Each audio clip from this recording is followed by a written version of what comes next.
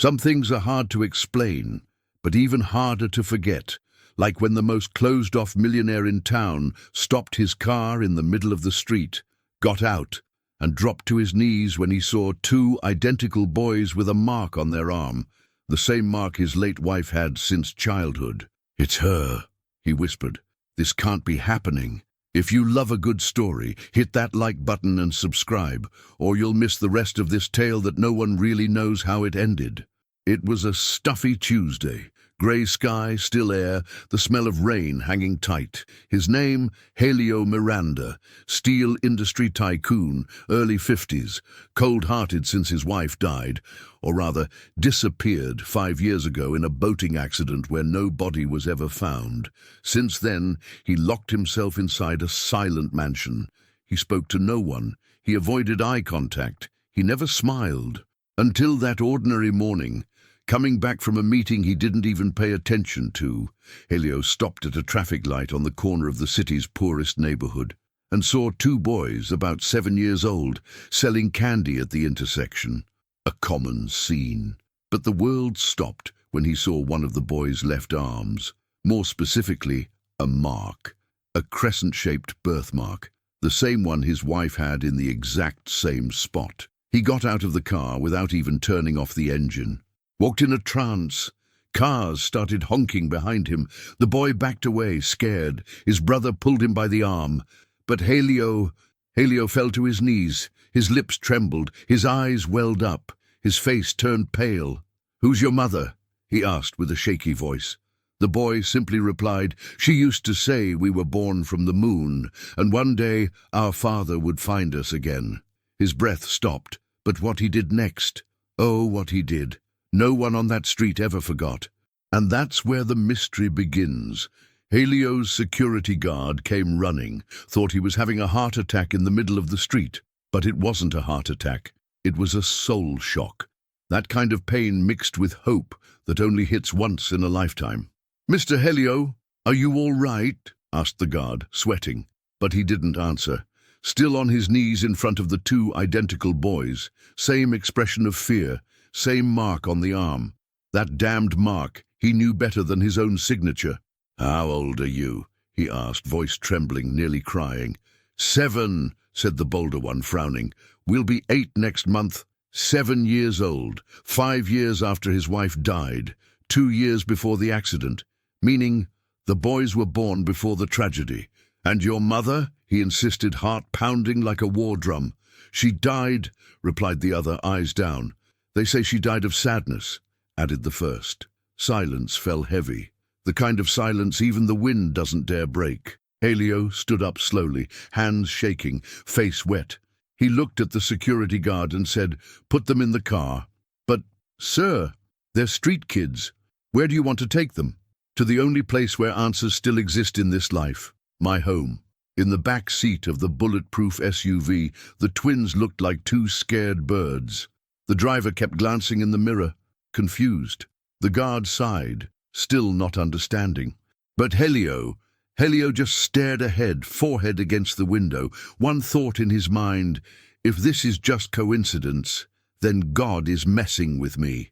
That's when he made a decision that still divides the city in two, those who call him crazy and those who call him a father. But the real truth was still hidden, inside a room locked for 5 years, and that's where he was taking the boys. The Miranda mansion looked like a mausoleum with a garden. Silence, cold marble, curtains that hadn't been opened since she left. But that afternoon, with 2 boys walking on that floor for the first time, it felt like the past had woken up, and woken up angry. The guard hesitated at the gate. "Are you sure about this, sir?"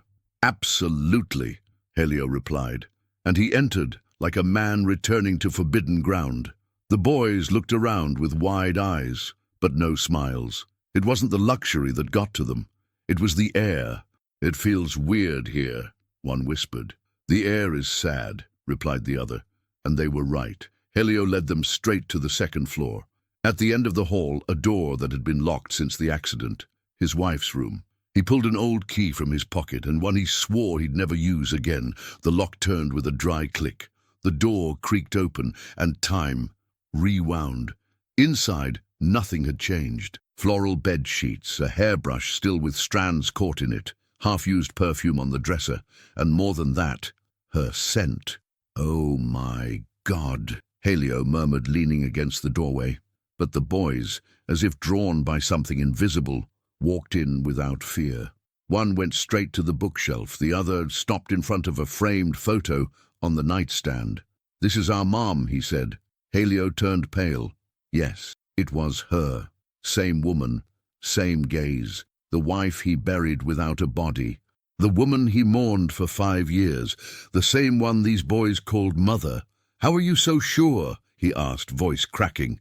"She told us to remember the blue room with the flower-shaped lamp, and that our dad had sad eyes," said one. "She said one day our dad would open the door," added the other. Helio's heart pounded so hard it could have burst from his chest, but before he could ask anything else, a scream came from downstairs. It was the housekeeper. "Mr. Helio, they found a letter at the gate," and what was written changed everything. The letter was old. Yellowed paper, torn edge, blue ink fading. But the name at the top was still clear. To Helio Miranda. The housekeeper held the envelope like it was a bomb. It was under the stone angel at the side gate. Could have been left just now, or years ago. Helio snatched it from her like a drowning man grabbing air. Tore open the envelope, not with haste but desperation. Inside, a single sheet folded 3 times, and the handwriting, he'd recognize it blind. It was hers, his wife's. "Helio, if you're reading this, it means they've found you, or you found them. It doesn't matter how. What matters is, it happened. These 2 boys are more than our children. They're the reason I disappeared. I know it sounds crazy, but you always said you loved me even in my craziness, didn't you? Believe me, it was the only way to protect them. I lived in fear, constantly. Ever since I found out what your brother did. You don't know everything, Helio, but you will. And when you do, I hope you'll still love me enough to forgive. Take care of them. They are the purest part of me. And if you can, find me. With love, Livia." Helio read it again and again. His hands were trembling so much the letter fell to the floor. "My brother," he murmured, as if the words were rusted. The security guard stepped closer. "Do you want me to call Mr. Cesar?" Cesar, his older brother, business partner, and now a suspect. Helio's eyes drifted into nothingness. The boys stood behind him silently. The letter still trembled on the floor. "No, don't call him," he said softly. "We're doing this my way now." And there, in that cold hallway, a hunt began. A hunt for buried truths, broken promises, and a woman who may have never died. Cesar Miranda had always been the older, more polished brother, the darling of boardrooms, the charming face of the company. But Helio had always known. Behind that smile was a heart that hated being second best. And now, with the letter in hand and Cesar's name in the middle of the mystery, suspicion became urgency. "You're really going to stir this up, Helio?" asked the housekeeper, worry in her eyes. "Some things are better left dead." Helio took a deep breath, looked at the boys, sitting on the couch with the same sad eyes as their mother, and answered, "Some things never died, just waited for the right day." The next morning, Helio went to the family company's headquarters. No warning, no calls. He arrived with a stern face and the letter in his pocket. Cesar was in a meeting, as usual, perfect suit, practiced smile. "I need to speak with you, now." The room went silent. Cesar closed his planner and dismissed everyone. "Been a while since you showed up here, Helio. What an honor. I got a letter." "Oh, really? From a debt collector? Credit card company? Glad to see you back among the living." "It was from Livia." Cesar's smile vanished, evaporated. "What did you say?" "She knew. She knew what you did." "What are you talking about, Helio? Are you sick?" "No, I'm waking up." Cesar laughed, but it was a crooked, hollow laugh. "You've always had trouble handling loss, brother, but making up conspiracies. Come on!" Helio placed the letter on the desk.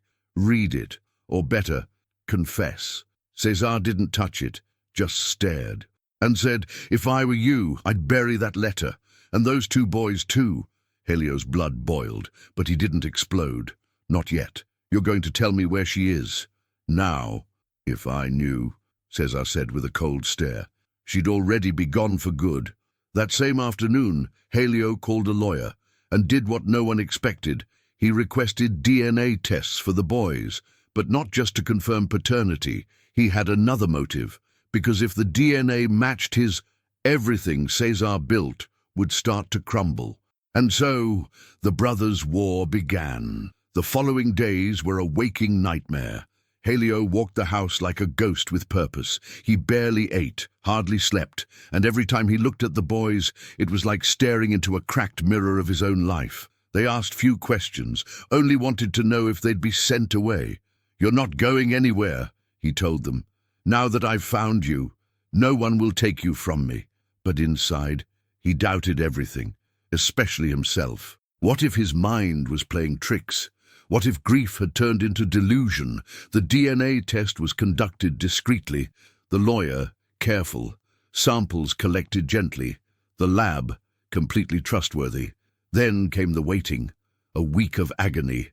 In the meantime, Helio dug through the past. Old albums, forgotten home videos, love notes from Livia, kept like relics, and hidden inside a box of her things, buried under folded blankets, he found a flash drive. No label, no explanation. He plugged it into a laptop. A single file appeared. 1904 Livia MP4, the date of her disappearance. He clicked. The image was shaky. It was her. Pale face, swollen eyes, messy hair. "If you're seeing this, then I didn't make it back. Helio, I'm sorry. I had no choice. I found out about Cesar's scheme, the dirty money, the threats. I thought I could handle it. But when I found out I was pregnant, I knew I couldn't risk it anymore. They wanted me to sign documents. Money laundering. When I refused, the threats began. The explosion that killed my cousin, that was meant for me. I promised I'd protect our children, even if it meant disappearing. They were born off the radar. I had help. If you ever find them, look into their eyes. They are you, Helio." The video stopped. Helio collapsed. That same night, the phone rang. It was the lawyer. "Mr. Helio, the DNA results are in." What he said next made the world spin. The lawyer's voice was steady but heavy. "Confirmed, Mr. Helio, the two boys are your biological sons. Genetic compatibility is absolute." Silence. On the other end, Helio didn't answer. His hand held the phone, but his body had lost all strength. He sat on the office floor. And for the first time in years, he cried like a man who had lost, gained, and understood everything all at once. Later that night, Helio called the boys into the living room.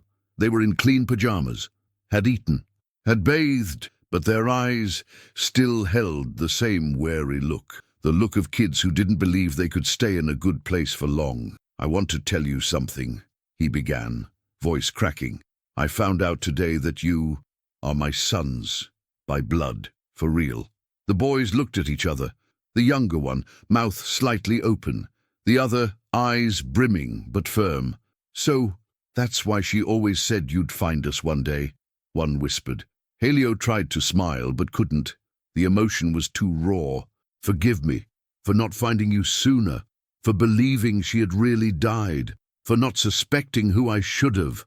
The older one stepped forward, rested his head against Helio's chest. "She talked about you every day, said your hug was the safest place in the world. And there, in that once cold living room, a home began to form. But outside, danger was beginning to move. The next day, Helio's lawyer received an anonymous warning. If he keeps digging into the past, the boys will pay the price. The message came with a photo taken from inside the mansion, aimed directly at the window of the boys' bedroom. In other words, someone inside the house was working with Cesar, and the next move could be fatal.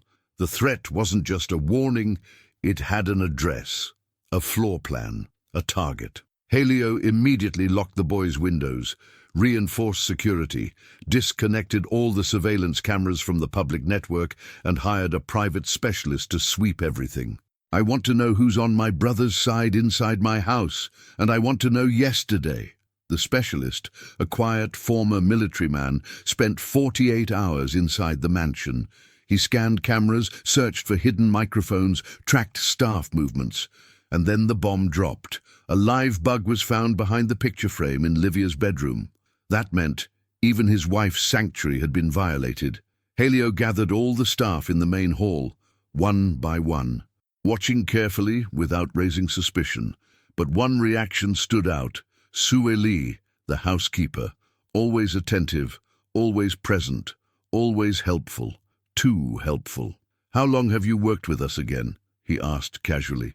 15 years, sir, since before you and Mrs. Livia were even married." "Right, and in all that time you never told me she had a twin sister." Sueli froze. Silence. "Excuse me, she didn't have a sister?" "No. Then why is your name on the hospital record, where the boys were born, under her last name?" She tried to cover it, but her face betrayed the lie. Helio confronted her alone, in Livia's room. "You helped my wife disappear, didn't you? You knew everything." Sueli, her eyes red, finally spoke. "She begged me, said they were going to kill her. I couldn't say no, but I swore never to tell you. Because she was afraid that if you got too close, they'd kill the boys too. She trusted you more than she trusted me. She trusted you more than anyone, but she knew Cesar was capable of anything, even destroying you if he saw you near the truth." Helio didn't know what hurt more, the silent betrayal, or the truth protected out of love. But one thing was certain. The only person who could explain everything was still alive. And Sueli, shaking, finally said, "I know where she is. But if you go after her, someone will die." The place was simple. Outside the city, near a forgotten mountain range, an old retreat house renovated into a rural shelter. Sueli wrote the address on a piece of paper, trembling. "She's lived there for 4 years, rarely leaves, always hiding. If you go, go alone." Helio drove in silence. No music, no stops, only the sound of the wind, the engine, and the memory of her face pounding in his thoughts, the same face he last saw in an empty coffin. When he arrived, he stopped in front of a wooden gate, honked. An old woman appeared, looked him over with suspicion. "I'm looking for a woman named Livia Miranda." The woman didn't answer right away. She just stared. "Wait here." 2 minutes passed, or maybe a lifetime. And then a white door opened in the distance, and there she was. Same hair, same walk, but time was written all over her face. She stopped. Her eyes froze. And when she saw Helio, her hand went to her mouth. He stepped out of the car slowly. "You're alive. You came." The silence stretched, like a noose. "Why?" he asked. "Because they were going to kill us. You thought pushing me away would protect me. You never would have let me disappear. I never should have." She cried. So did he. But there was no hug, just pain. Livia took him to a small room. In the corner, a box full of documents. Inside were proof of money laundering, threat records, fake transfers under her name, all tied to Cesar. "I kept it as insurance, but I never had the courage to use it. Well, now I do. If you go after him, he'll strike back. And this time, there might not be an escape." Helio grabbed the files. "I've been running long enough." The next day, he filed it all in court and launched the biggest lawsuit in the family business's history. Cesar was subpoenaed, and the corporate world trembled. But Cesar wasn't a man to accept defeat quietly. And deep in the boardroom, looking around, he said, "If my brother wants war, then war it is, and it won't end in a courtroom." The lawsuit against Cesar made front-page news. Billionaire battle. The Miranda brothers face off over corruption and a mysterious disappearance. The company tanked on the stock market. Investors panicked. But what no one knew was that behind the paperwork and courtrooms, the true motive was revenge. Cesar didn't wait.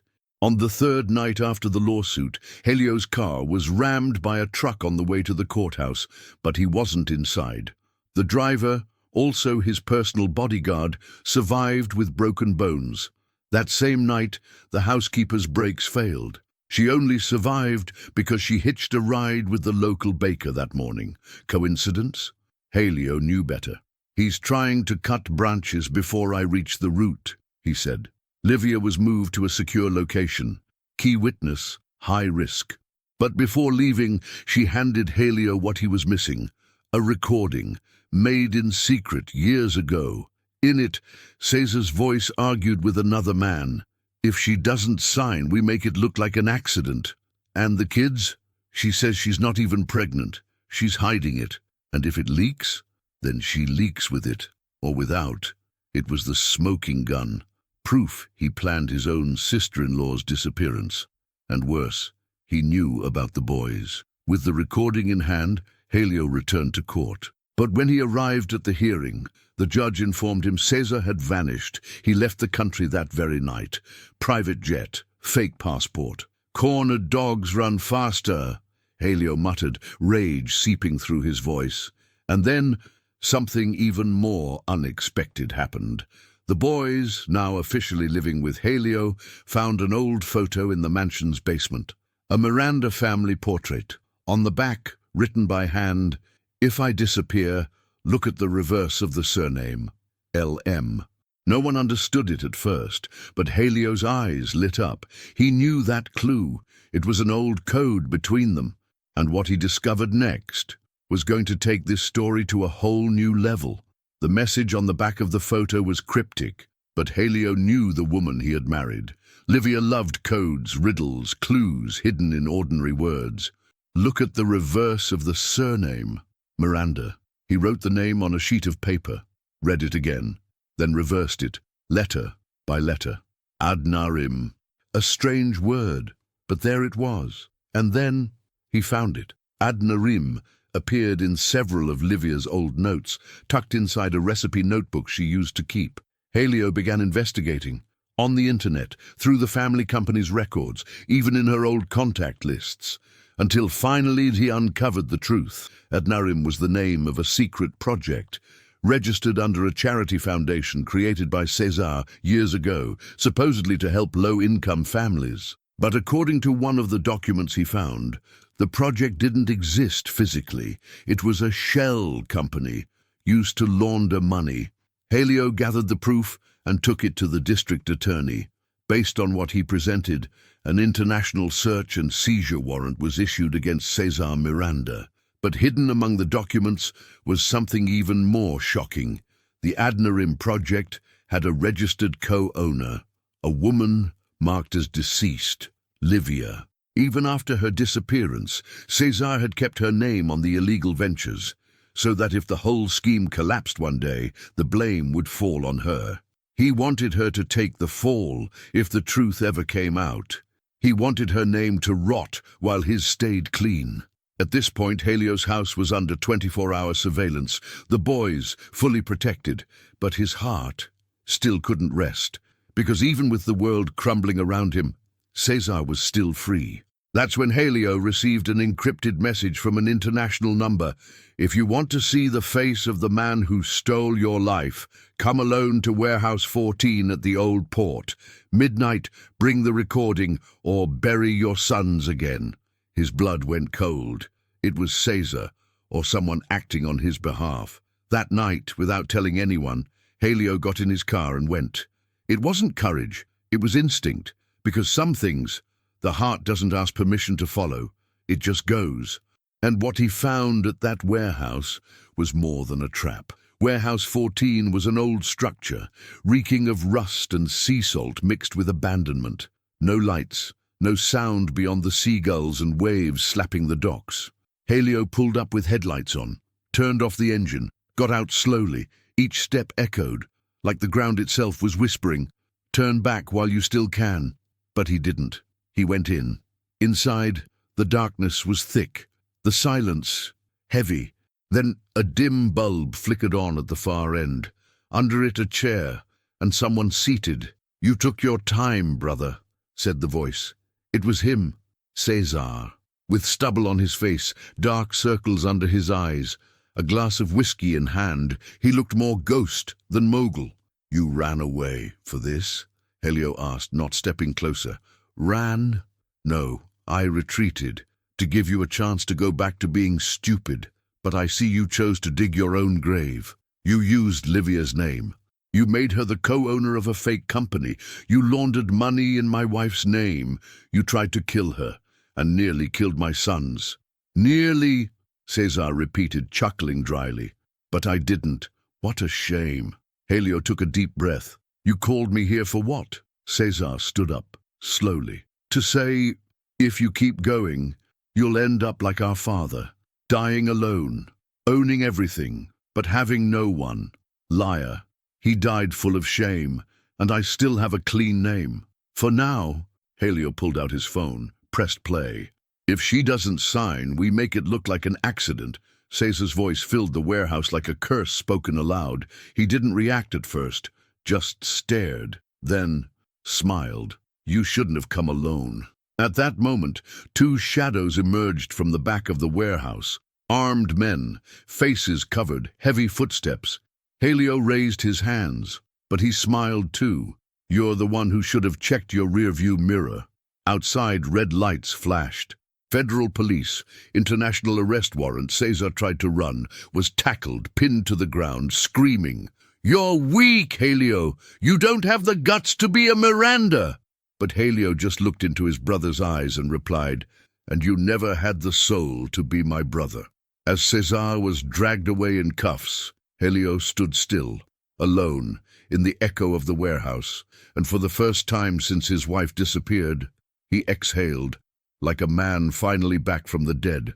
Cesar was arrested, tried, and disgraced in the media that once praised him as a business genius, but the scar he left on the Miranda family didn't vanish with a sentence.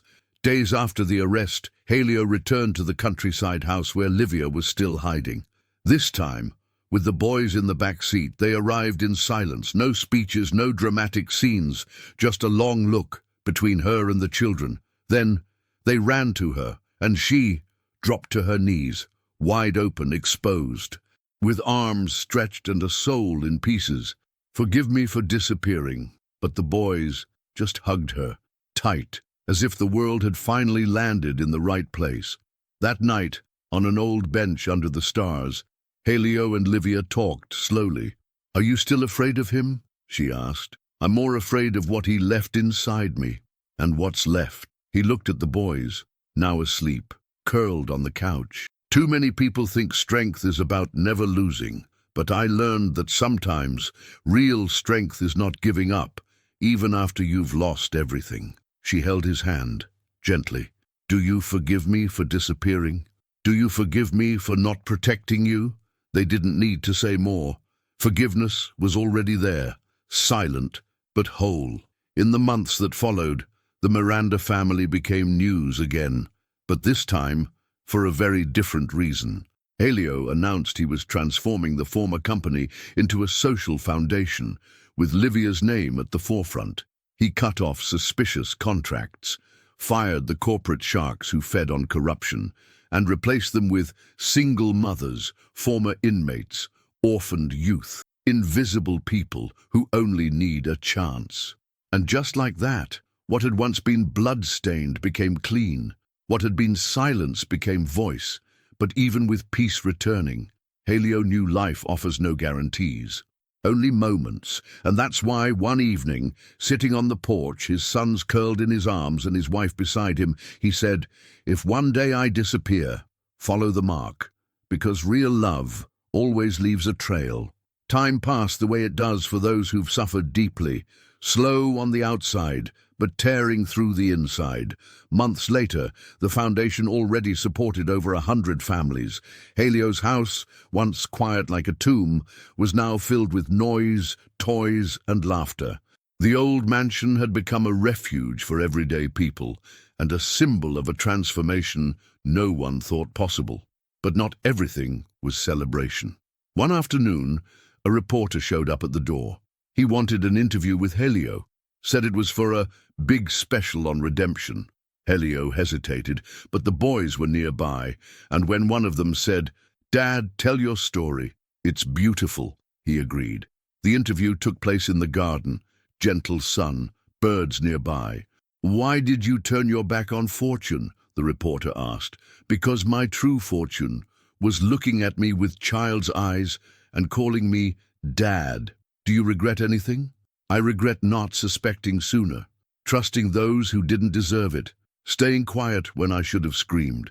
What would you say to someone going through a grief like yours? Helio looked down, thought, then replied slowly, tell them, there are some things we never get over. We just learn to live with them sitting beside us. Pain doesn't go away. It becomes memory, and memory doesn't kill. It teaches. The next day, the interview went viral. Thousands of comments, letters, visits, people thanking him for sharing such a raw, real human story. But among all the messages, one stood out. It was an anonymous letter, no signature. It read, "You survived. But know this, the story of the Miranda family still has cracks. And if you dig deeper, you'll uncover another truth. Someone who also suffered at your brother's hands." Helio read the letter 3 times, and he understood. Even though justice had gone as far as it could, some wounds in the family hadn't healed yet. And what came next might be the beginning of a new battle. But now, he wasn't alone anymore. Life hadn't gone back to the way it was, but it didn't need to. The silence that once screamed through the house was now just the space between one laugh and the next. Those 2 boys, once selling candy at traffic lights, now ran with backpacks on, clean uniforms, and notebooks filled with drawings that said more than any words. Livia reconnected with the world slowly, went to therapy, baked bread, made peace with her reflection, and Helio, the man who once was made of steel, was now made of flesh. He had learned that vulnerability isn't weakness. It's just the most honest way the heart has to say it's still alive. On the last Sunday of the year, they gathered on the porch, the whole family. The sky was orange, the breeze soft, and their bare feet on the cold stone floor said it all. They were present, whole, alive. The boys asked, "Dad, why don't we celebrate Christmas with presents?" Helio smiled. "Because some people wait all year to receive something and forget that the best gift is right here." He tapped their chests. "It's being alive, being together, and having a clean name."